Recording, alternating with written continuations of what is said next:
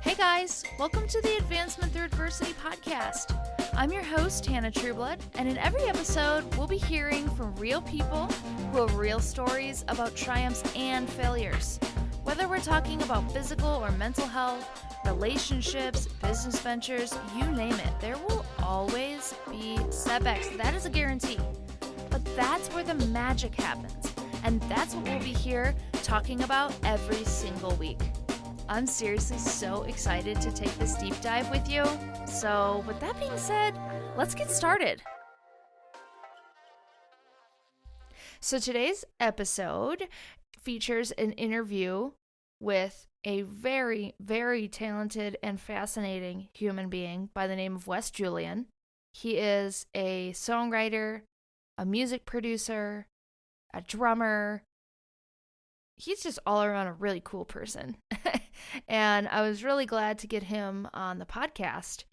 We met in a really interesting, kind of very random way.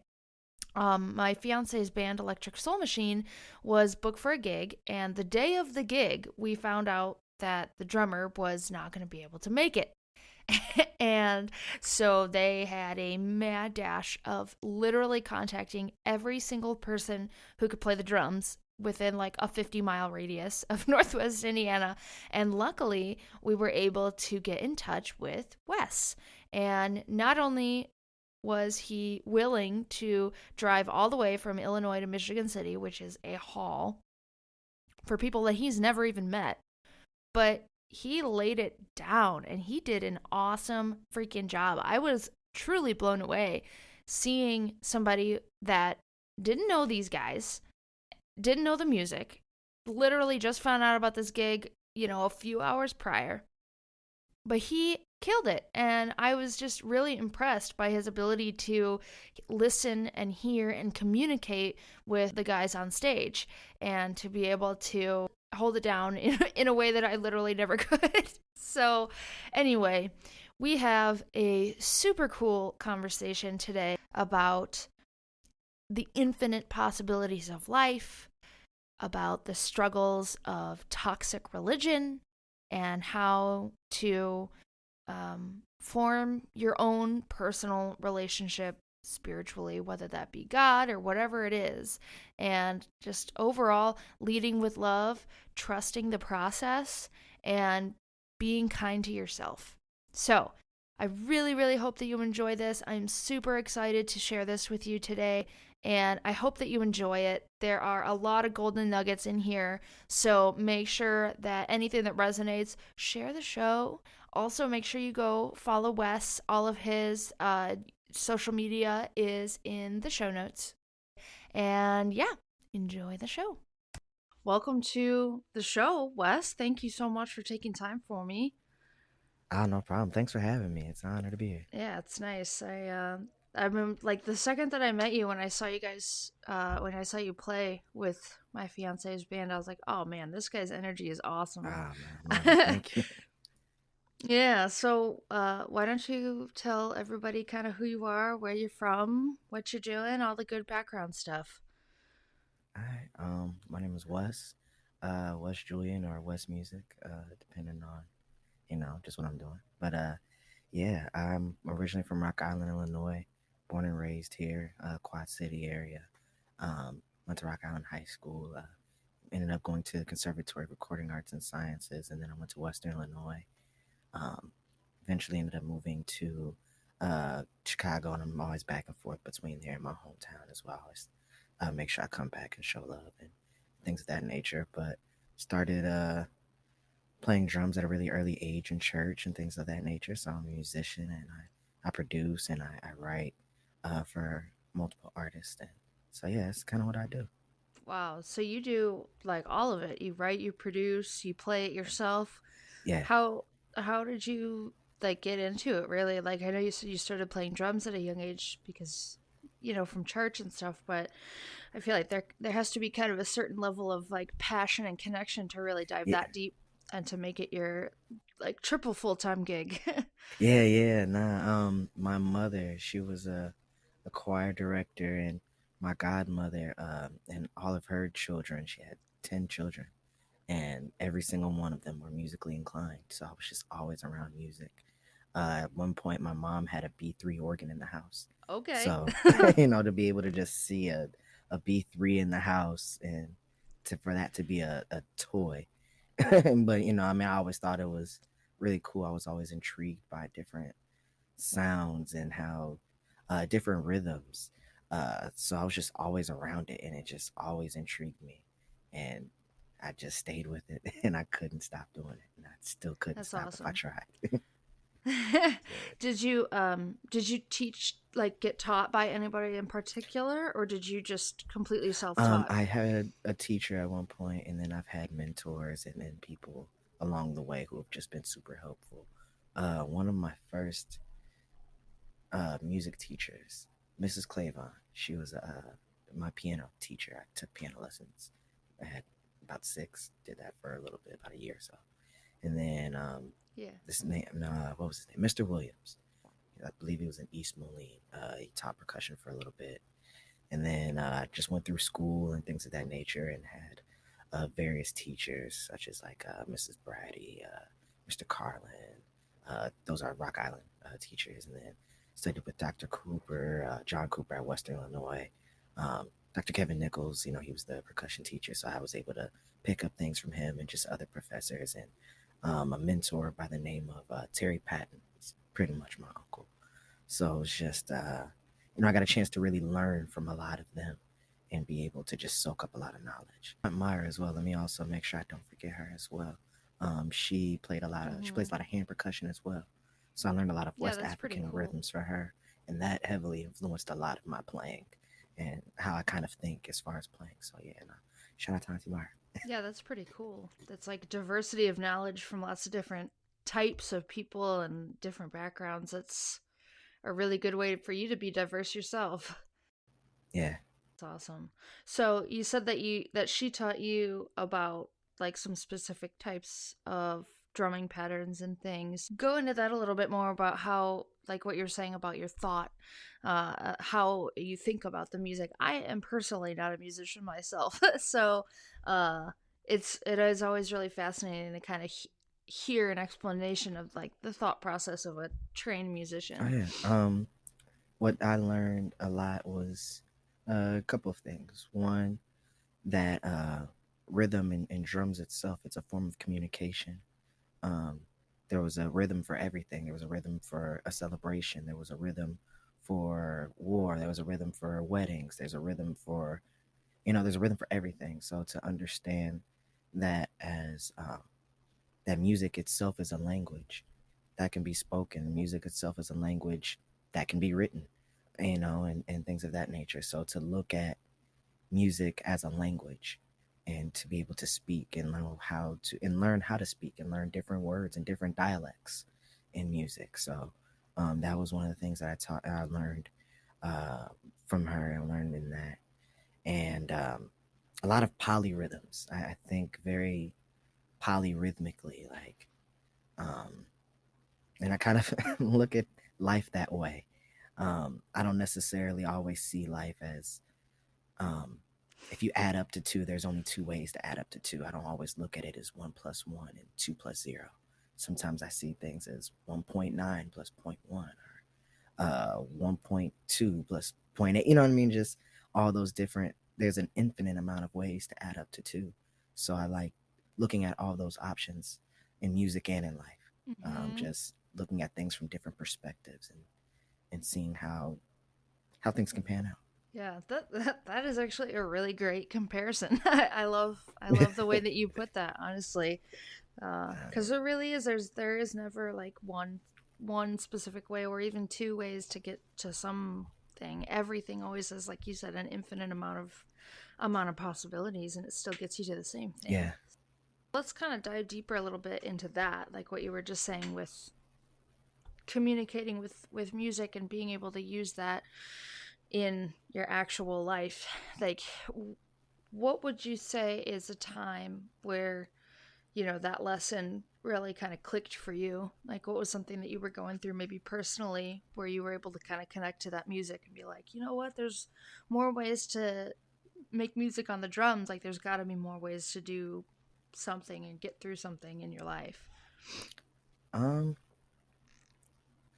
I think it took me a while to realize it that I always thought differently or kind of heard things differently and things of that nature. Um, and after a while, I think now I'm finally getting to a point of acceptance because for a lot of times you're kind of taught Mm-hmm. to think in this box, or it's like, wait, what are you? What is that? Like, nah, or you know what I mean? So it's almost weird to some people when people think either outside of the box or as if there is no box at all, or the only box that you make is the box that you make for yourself, Mm-hmm. or that you allow to be placed in, allow yourself to be placed in. Um, so it was just those things. I remember as a kid, Mm-hmm.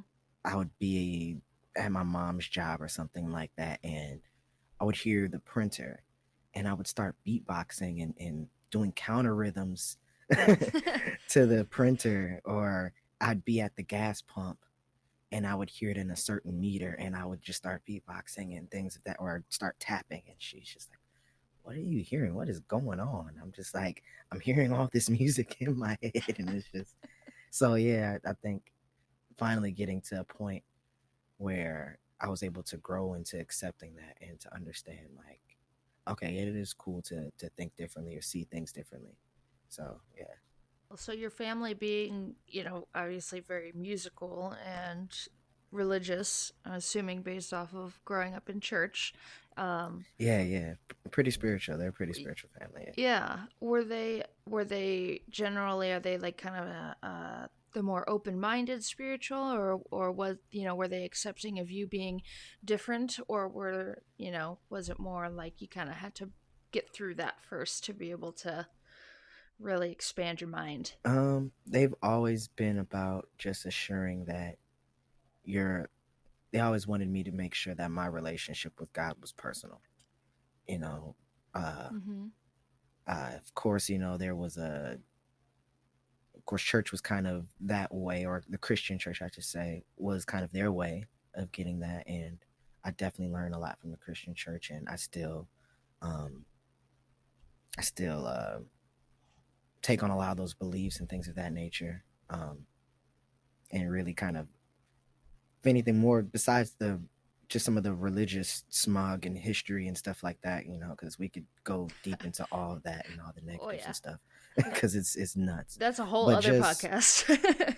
exactly, exactly. But I just look at the example of like Jesus himself, like Jesus, like whether one chooses to believe in Jesus or not, like just the story is like really like he seemed like a cool dude. Like it was like, okay, cool. Like he kicked it around people who were considered outcasts, who were the people who um the scammers, or those kind of people, or the people who weren't considered great, and kicked it with the prostitutes and stuff like that, and Mm-hmm. still showed love, still made sure that people were in good health, made sure people were like fed.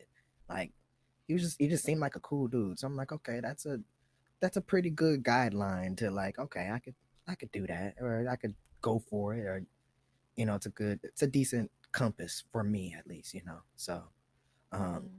I just had to find my way, um or find my path to that, and Mm-hmm. understanding that um my spiritual journey is my own, and being okay with my spiritual journey being my own, and not feeling as if I have to uh have someone sucker me into feeling some type of way, or um damning me to feel some type of way, or scaring me into hell. I'm not a fan of that, where it's like, you're gonna go to hell if you like, nah, Jesus was about love. So love first. So that's why I do my best to live my life Mm-hmm. just leading with love. It's unfortunate because I was probably maybe six or maybe 7 or 8, maybe when my mom left the church, but we were pretty, involved. Like I went to the Sunday school and did the vacation Bible school, and we always. I think my mom was even on the board of the church at one point, and she's a proud atheist now.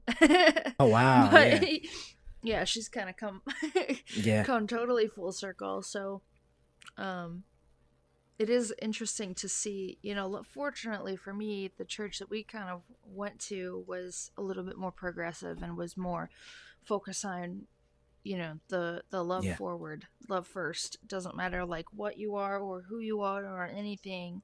You just you show love, and that's what Yeah. that's what Jesus does or did, and that's what we should do. So I was fortunate enough to not be in one of those like crazy Yeah. No cult churches facts. or anything like that that you hear about, but I have, I've seen friends of my own kind of go through that and kind of come out of that and shift their gears in a more positive direction.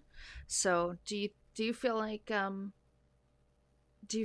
they, those teachings, when you were kind of learning about, like you were saying, like being damned into doing things and saying, well, if Right. you listen to the devil's music or whatever it is, you're going to hell, and you got to be scared into submission when you kind of started learning and recognizing that you didn't really like the way that that was being put out by religion. Did you have um, any sort of like resistance within yourself of like, do I even want to be a part of this? And like, you know, Oh, for sure. There mm-hmm, was a moment I'll never forget this.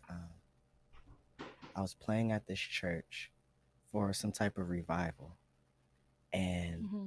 this pastor called me up off the drums, and he finds himself starting to attempt or whatever to prophesy to me or whatever the case may be.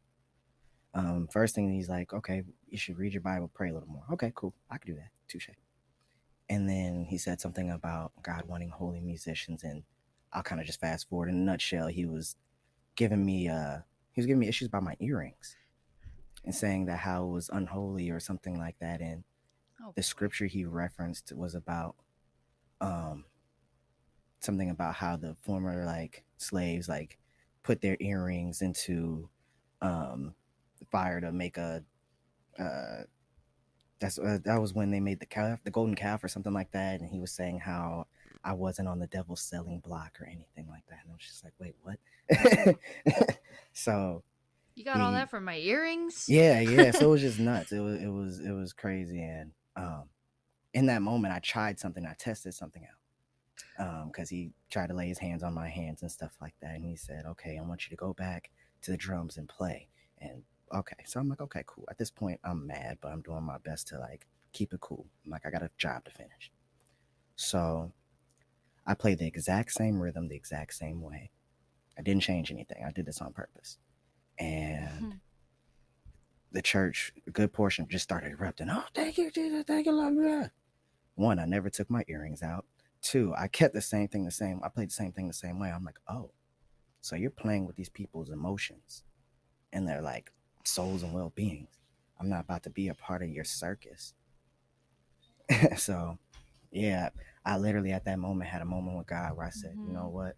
I'd be okay if I never played in a church again. And I did just that for 2 years. Didn't play in a Wow. church. So how did that feel like the next morning when you woke up? Feel like you were, like fresh and you were like, okay? Or were you like, oh man, I like was that I hurt? was definitely upset. Crazy thing is, I Mm-hmm. after that service, I literally stormed out to my car.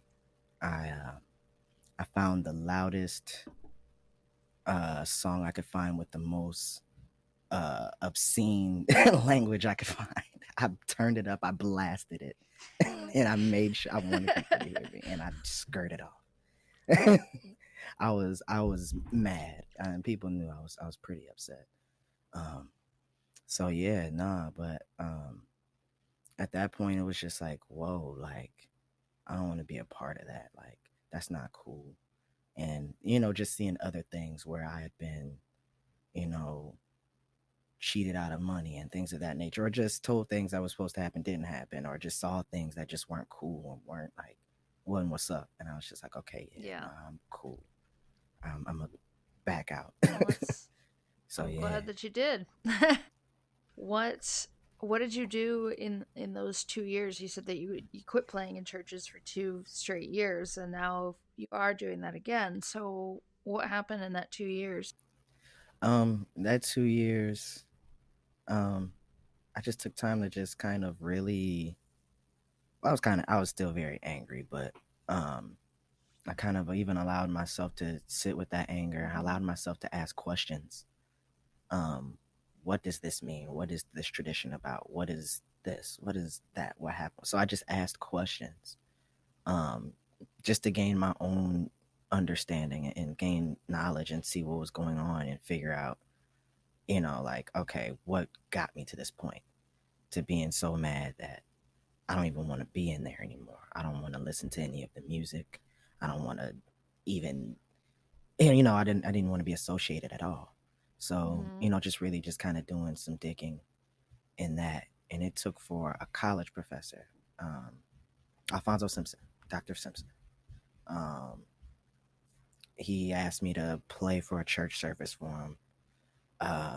Because at the time I was going to Western, and he was a professor there, and I played in the jazz department. I was on a jazz scholarship when I went to Western. So I did that, and I was kind of reluctant, but I'm like, you know what? I rock with you, Doc. So I'm gonna do you this solid favor. So I did it a couple times or whatever. They were cool, but I was still like really like reluctant, and honestly probably took into this last church I've been playing at to not be so like, ugh, I don't want to play in a church setting at all. And not to say that I'm still kind of not like, whatever, Mm-hmm. but this church is making it a lot more comfortable, or I wouldn't mind just playing there and with them. So yeah. Yeah. How did you come about this church slash what is the church and what is it that makes it so accepting and more open compared to other churches that you've been a part of? This church is called Renewal Church of Chicago. Um, the one thing that I can really say I appreciate about them is that they seem to care about me as a person more than a musician, and more than what I just have to offer, and more than just my job. A lot of times, sometimes in the church scene, a lot of musicians sometimes get used for their gifts, and they're either not given their worth, or and things of that nature. Oh, you good? What's good, bro? Oh, shout out to Tavian Johnson, the studio owner of East Side Sounds. We're in East Side Sounds right now, so shout out to him. Really great guy. Um, really good friend of mine. Known him for about 15 years, probably about. Yeah, so really great guy. Awesome. You have to make sure you send me his stuff so I can shout out his, social pages and everything on the Bet I podcast. will. I'll make sure I do that. But Yeah. but yeah, this church has just been really cool as far as just like I said, they a lot of times some places they get used. A lot of musicians stuff just get used for their gifts and just almost get thrown out as chopped liver, or they expect so much and give so little. Mm-hmm. And this church has just been nice. They've been really cool people, so it's been dope to be able to work with them.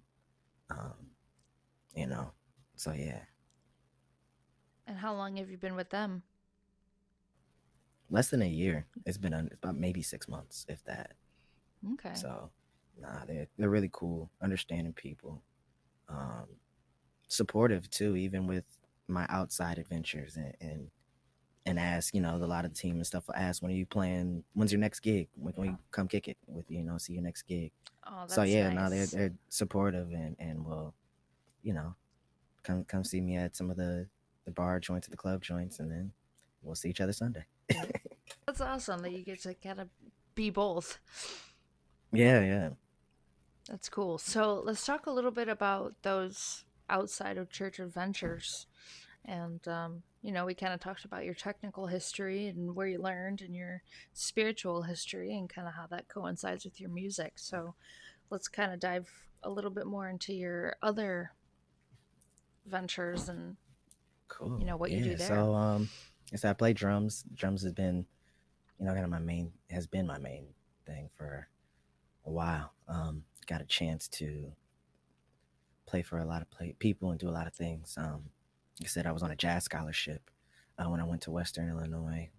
Um, they got a chance to take me on my first international trip. On the first time I went to Brazil, I went with them, and yeah. So after Wow.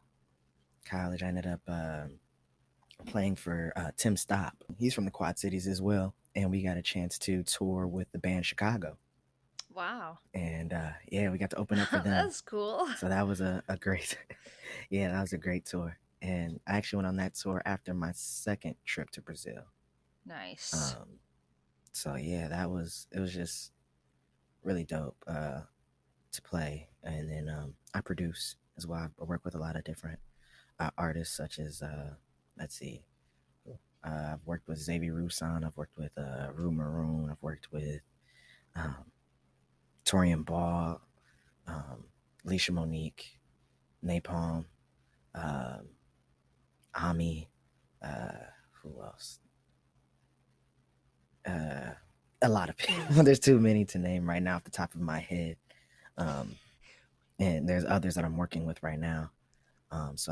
So just production and a lot of writing and Hmm. things like that. I've been made my first beat. I was about mm, 11, 11, yeah, and then started really getting more into production when I was about 15, and Mm. took it even more serious about almost 10 years ago. So I've just kind of been, trucking along and working with artists and writing and just having fun with it. And I recently just became an A&R with local traffic only. It's a That's awesome. distribution company. So it's been dope Hmm. doing the A&R thing as well. Yeah, that's cool. You sure have an impressive resume. Thank you. I'm just looking to expand it and continue to just work with amazing artists, whether that be playing, producing, writing, A&Ring, whatever the case may be. I just want to make dope vibes with dope people. Yeah, that's a good leading with love and music is important. I feel like a lot of people kind of fall astray and struggle in the industry because they're really only focused on like getting famous or whatever it is, or filling some sort of expectation that Right. they think other people have for them. So that's pretty cool to hear. um, you really pursuing it from a position of passion and finding a lot of success with it, it sounds like. Yeah. I mean, of course, it always has its up and downs, and there's the amount of things that you're going to deal with um, while going on this journey. It's not one for the faint of heart. You'll hear a lot of no's. You'll be discouraged sometimes. There may be times where, money is funny and change is strange, and you're wondering what's about to happen. And there's going to be times where you'll deal with self doubt and wondering, wait a minute, am I still doing it? Why am I still doing this? And somehow, some way, you just find that strength to just keep going and continue to persevere, and you use that passion that you have to fuel yourself through, and continue to just kind of feed that faith that you'll make it out all right on the other side. It's kind of amazing when you kind of surprise yourself when you really like your tank is on E, you're like, I literally cannot do this anymore, and then you take one more step, Yeah, and then, oh my god, I can't do this anymore, and then you take one more step, and then you kind of look back and you're like, oh my gosh, I've traveled so far, I can't even believe it, and I was yeah, ready to quit like way back there. And it's it's amazing what you can true, true. do So with like you said, just the faith of your passion and knowing that you feel good when you do it and you got to keep going. So what's a good maybe story you can share that highlights that, in your personal journey with music and your career, of where you were like totally down and out and ready to be done, but um, you got through it anyway. to be honest, there's probably even as much as recently. Um, there's times where things happen.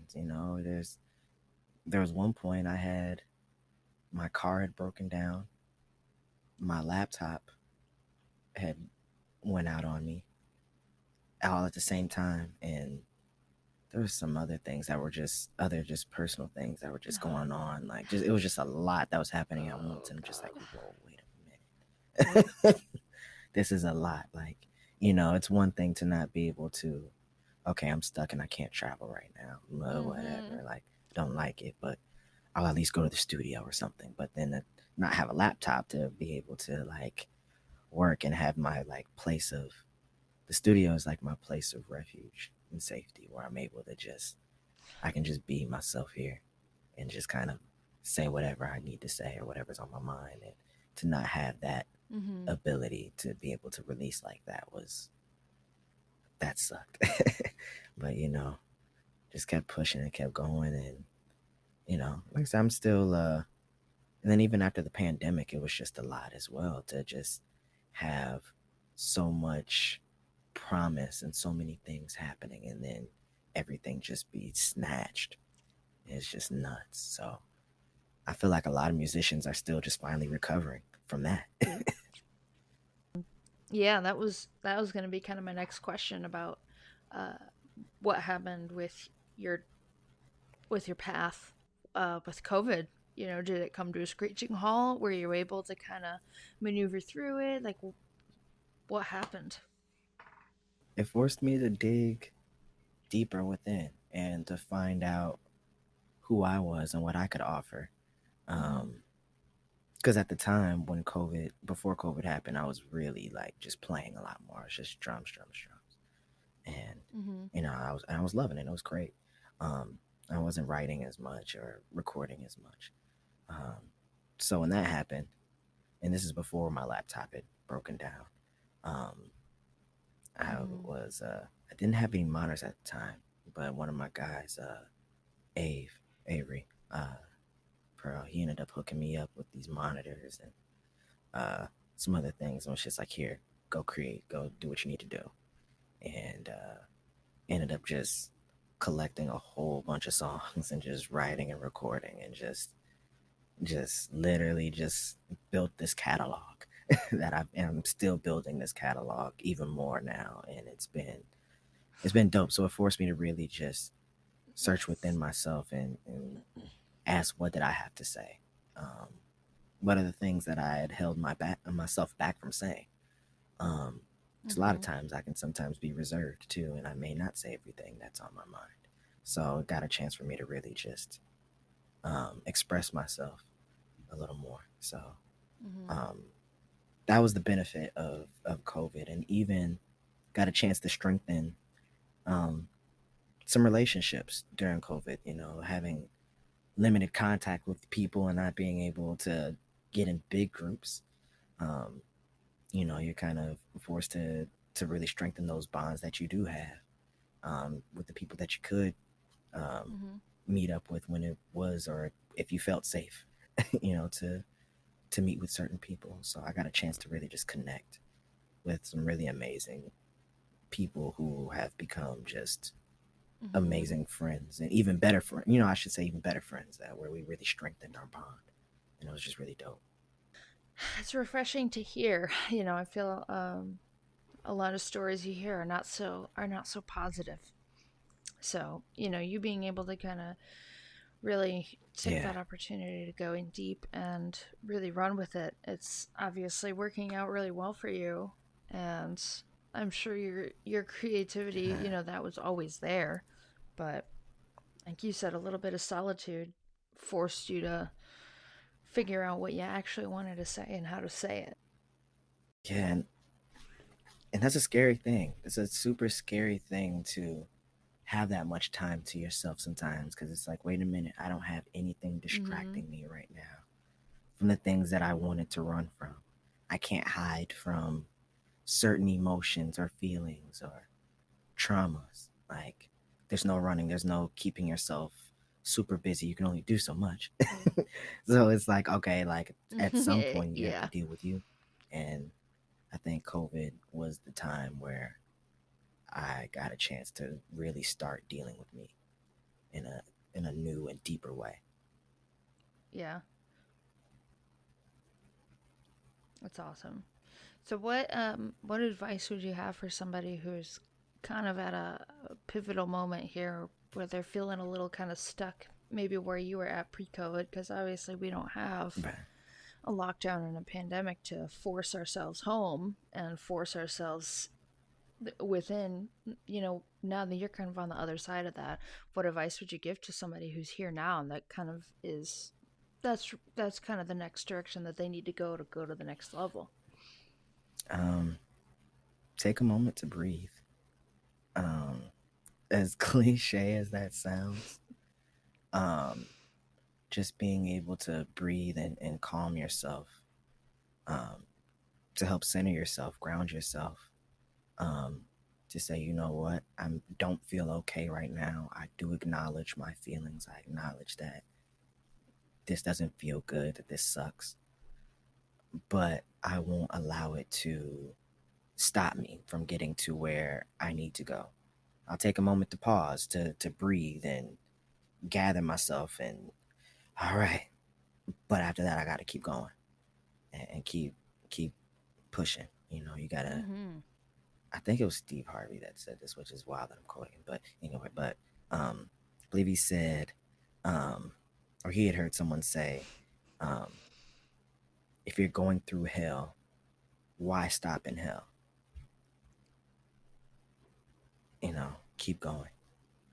Or yeah, or Mm-hmm. there's another quote I've heard where it was like, um, Just keep going. if you continue to sit in crap, uh, you'll eventually get used to it and you won't feel like you smell anymore. So yeah, no, you just gotta learn to keep pushing, keep moving, keep Yep. going, dust yourself off, and Mm-hmm. go for it again. Pivotal moment for me with that is finally having the wake up call that negative emotions aren't necessarily bad, I guess. And that Mm, you are not those emotions. They're just like they're every emotion is always temporary and there's always another emotion to follow, and realizing that you and your consciousness and your existence can be separate and observe those emotions, that like literally changed my entire life. yeah. Um, there's this Robert Glassberg project I listened to, called F. Well, yeah, I won't swear on the show today, but F, F your feelings. And as of lately, I've been kind of really Yeah. pondering, like, what does F your feelings mean? Like, sometimes you have to have that attitude where it's like, F Mm-hmm. my feelings, where it's like, okay, I don't want to do this today. F how I feel. I got to get it done. Um, I want to quit. F how I feel. Mm-hmm. Let's push through it. So sometimes I've even learned I've had to have those moments of just kind of like being hard on, well, being stern with myself, I should say, and be like, hey, get it together. Come on, you got it. Like, you can't, don't sit in it too long. Like, acknowledge it. Yes, cool. Don't ignore it, but come Mm-hmm. on, let's go. Mm-hmm. Yeah, you can still process your emotions and feel them without letting them consume you. Yeah, And I've definitely done it and still do it. It's just like just put it over there, just shove it over there, and that doesn't really do anything because eventually it's gonna come back and hit you even harder. So opening it up and saying "not today, mofo," and then yeah, moving on. And exactly. do you do any sort of like meditation or anything like that? Be honest, I need to really get back into the practice of doing it more. I could do it a Mm-hmm. lot more and better, but at one point I was really like heavily, like, especially in college. Like, oh my goodness, I where I stayed at Mm-hmm. in this apartment in my last year of college. Um, I had like this, I had a yard too, so I had like a little yard space. So I would go out there and be barefoot and ground in the morning, and then one of my professors and his wife, Dr. Stryker and Kitty Karn, they had these Kundalini yoga classes. Ooh. So I was taking, yeah, I was practicing yoga with them, and it was amazing. It was really dope. Like, that was probably some of the best I had felt in a while. So yeah, Yeah. like, so yeah, so Well, probably this getting is back your to that. sign. Yeah, Yes. There you go. That's good. I like the fact that you can kind of side note, can you yeah, see I can me? Am see I you. I can see moving you. Yeah. right now or am I frozen? Okay, cool. Because on my camera, I'm like frozen in a really stupid like face. so, Nah, so I was nah, nah. I wondering see if you that moving. is what you were Everything's good to seeing. go. So, gosh, where was I? Oh, the what you're saying is that like what you just did is you recognize something that you could improve on, and you were just like, yeah, this is something I should definitely be doing. Like, and now you're probably going to take that with you, and hopefully you'll go do some yoga later and feel even Yeah, better. um yeah, that's a really nice A nice thing to do is to be humble enough and know yourself well enough to be able to recognize where you're maybe falling short on something, and instead of using that as an excuse to quit or beat yourself up to no end about it, you're like, yeah, that's an issue, okay, let's fix it. I like I've that. been learning even since then. It's about just being mindful and being aware. Just Mm-hmm. having a sense of awareness of self, a mindfulness of self to say, okay, wait a minute. I know this about myself. This is where I need. This is what's going on. This is what I need to do. This is where I can improve. Okay, cool. What steps do I take? And at that point, it's do you do it or do you don't? Of the 5 second rule by Mel Robbins. I feel like I have, but can you remind me of it? So basically, what she's got is it's a five. Is she calls it the 5 second rule? If your alarm goes off, for example, and you don't want to wake up, but you got to get up, instead of hitting the snooze button, you just count down from five, five, four, three, two, one, and then you get up Yeah. like a rocket launch, right? So she has like a whole book, and her whole career was like launched out of this world off of this concept. But basically, you the idea is you only have a certain amount of time before your brain kind of like switches gears. Mm-hmm. So the whole practice is to help with productivity and to stop getting in your own way. If there's something that you need to do or something that you want to stop doing, or like, for example, an alcoholic that's like, there's a bottle of booze sitting there, five, four, three, two, one. Okay, you walk away, and responding to that thought or emotion with an action, it Right. makes it easier to process and get through things, take things kind of like 5 seconds at a time. Right. Or like, that right before you go on stage to perform and you're like freaking out, okay, five, four, three, two, one, all right, I'm going. Oh, but that's I dope. literally use it all the time. It has helped so much, because once those 5 seconds pass and you continue sitting there, that's when that like nonsense voice kind of kicks in and starts whispering, well, this is why you shouldn't do it, or this is why whatever. Get ahead of those, and you just start being, I guess, kind of impulsive. Uh, Obviously, like, disclaimer: be safe. Don't take five, four, three, two, one, and then like go jump off a plane without a parachute. Like, that's Facts. not a good Facts. Yeah. idea. Yeah. But um but it's, Right. yeah, that has been like a really substantial thing for me, and I think that's kind of a cool way Yeah. to connect with what you were saying about, okay, here's what's going wrong, let me assess this list. And then you see the list and you're like, oh my god, like this is so much. Like, if you just look at that one thing, count down from five, and then do one of those things, it Mhm. sounds so easy, but I know it's not. Yeah. A lot of things are definitely easier said than done, and at that point, it's you just have to do it, which again is one of those Hmm. things that's easier said than done. I know, just do it. It's so cliche and it's so silly, and I like hate it, in a way, because it's so simple, but Yeah. it's really not. Um, it really kind of comes back to that Yeah. self awareness, because just doing it is, like you said, it's easy to say, but until you can actually recognize what you're actually doing, there's really no Facts. Facts. there's really no way to control that. So, what would you recommend for somebody to get into, um, if they're struggling with that self recognition and awareness and becoming Mm. mindful? What kind of practices got you into a good space with that Mm. mindfulness and I awareness? think for me, I've always been a fairly mindful person, and just for the most part, I tend to be um, aware of surroundings or how people feel, and always just thinking about Mm-hmm. perspective. So for me, mindfulness, I've always, at least what helps me is um, I kind of look at an action as um, something that's above ground, something you can see, and I ask myself, wait a minute, what got them to this point? What Mm-hmm. is the root?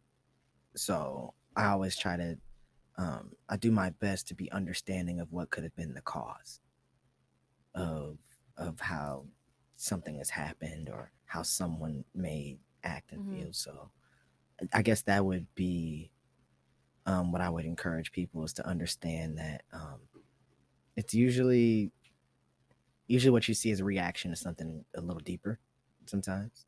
So just at least stepping back, not necessarily accepting the behavior or anything, but just Mm-hmm. stepping back. And even with myself, just taking a step back and being like, okay, wait a minute, what brought me to this point? Okay, let's trace back. Let's trace back our steps. Okay. Ah, that's what caused it. Okay, let's get to this point and fix that or understand that or heal from that. Mm-hmm. Forgive myself for that or forgive that person for that because this is what even led up to this point for this action to take place or reaction, I should say. So it's usually a big old domino effect or something. Yeah. So forgiving yourself, that is like such a hard thing to do. Yeah. um, like when it comes to a point where you are in a situation where that is necessary to move forward, is that kind of where you lean back in your faith and kind of go back to what we were talking about at the beginning? Yeah. It's kind of more like just realizing like, okay, cool. Like I'm still working on it to at least understand that life thing isn't about perfection. It's about learning. And as long as I learned, then good. If I didn't learn, I'm gonna need to learn. and so that's the main thing is granting myself grace to grow and saying, you Mm-hmm. know what, okay, like that's fine, you were that person, but grow, evolve, and allow yourself to do that. You know, a lot of times we get in our own head and stunt our own growth because we choose to, or we remain in the, Exactly. I don't know, we remain in the pot that we were in versus going into a bigger pot and going into be like, you know what, I'm not here in this place anymore, so I don't need to stay here. I won't grow if I stay here. I mean, go to this new place and continue to allow myself to evolve and grow into a newer version of and a better version of myself. So And that kind of ties back into what the whole message of all of this is that you can't grow unless you got to be planted first. And I've heard that is that like maybe you're not being buried, yeah, maybe you're being planted. Like the best things facts. and the biggest growth spurts always come out of those like worst 6 feet under times where you feel like there's no end in sight, but if you keep going, eventually you're going to pop up and boom. Yeah, that whole kind of bamboo tree metaphor in story. Mm-hmm. It's a wild story, but it's really dope and it's one that's very applicable to life. With that being said, what is next for you? Like what, like we kind of talked about where you've come from and where you are. Where is Wes going? What is the next, what does the future hold for you? Ah man. Well, a lot of a lot of music, a lot of new music. Been said over the past 2 years, been working with a lot of different artists and working on different projects and um, even things of my own, which eventually I'll Mm-hmm. talk even more about when it's time to put all that out. But yeah, I've just really just been working on a lot Mm. of new art and really just that's what's next. It's just really digging deep creatively and releasing it to the world and allowing the world to see everything that's been worked on. You could have like your the absolute like top of the line like best like it doesn't get better than this being able to write music or produce with who is that person to you like who is your Ooh, absolute numero uno. whew, that's tough because I love so many different people for different reasons. Maybe they'll hear this and they'll call you. There's so many different people I'd love to work with for so many different reasons. Yeah, name a few. Um, let's see. I would love to work with Ty Dolla Sign, Okay. because he's another multi instrumentalist. That's really cool. Mm-hmm. Um, Party Next Door. Um, Nice. let's see who else. I would also love to work with Tiffany Goucher. She's really dope. Emma V. She's another amazing artist. Um, I'd love to work with um, Burna Boy. Um, Thames. Okay. She would be awesome too. Um, Currency. Larry June. Um, Okay, yeah. who else? There's so many. Those are just a few. Since we're saying a few, yeah, those are the off the top of my list, off the top of my head right now. So what are you going to do like starting today to make sure that that happens? Cuz you said that would be nice. It will be nice cuz you're going to do it. If anybody's going to do it, it's you. Man, I'm on it. I think at this point, it's just as cliche as it sounds. Just keep going. Um, I Mhm. I often look back and I just kind of allow myself to reflect and be like, you know what, I am getting closer. Where I'm looking at who my friends are and Mhm. looking at what they're doing and who they're connected to and the people I'm connected to myself. And it's just like, okay, wait a minute. Okay, we're getting there. And, I've been in some rooms with some people. And so it's just to continue going. And I think the next big step is just putting this music out there so they can hear it. So that's going to be the next big thing. So some release dates will be coming really soon about some of the artists I've been working with lately, and excited to just really just give all of this music and just say, here, we've been working on this. Heck So yeah. That's amazing. So where can people follow you and find these these things so that way they can stay up and make sure that we're able to listen when it comes cool. out? Y'all can find me on all social media at West Music, WESMUZIK. So yeah, just follow me on all social media there.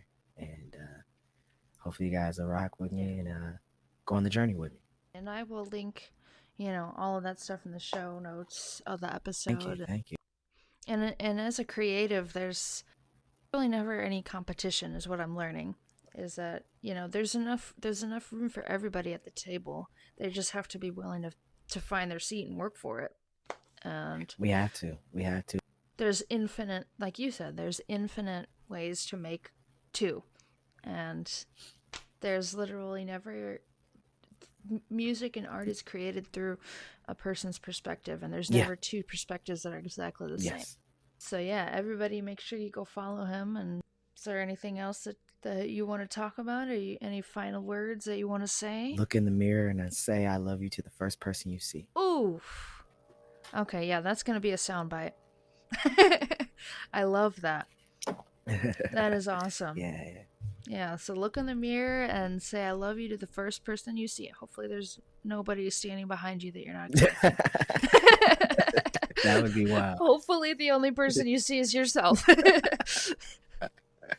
But, well, thank you so much for taking some time with me today, Wes. This is awesome. No problem. Thanks for having I me. definitely look forward to seeing you just totally explode, because you've definitely got the right mind for it, and the right drive and the passion, and I cannot wait to see what you do. I'm really, really glad that you responded to my fiance's band to play that one night. Nah, it's all love always. It was dope. They were dope, and it was dope meeting them and meeting you and be able to vibe out. So yeah, no, thank you.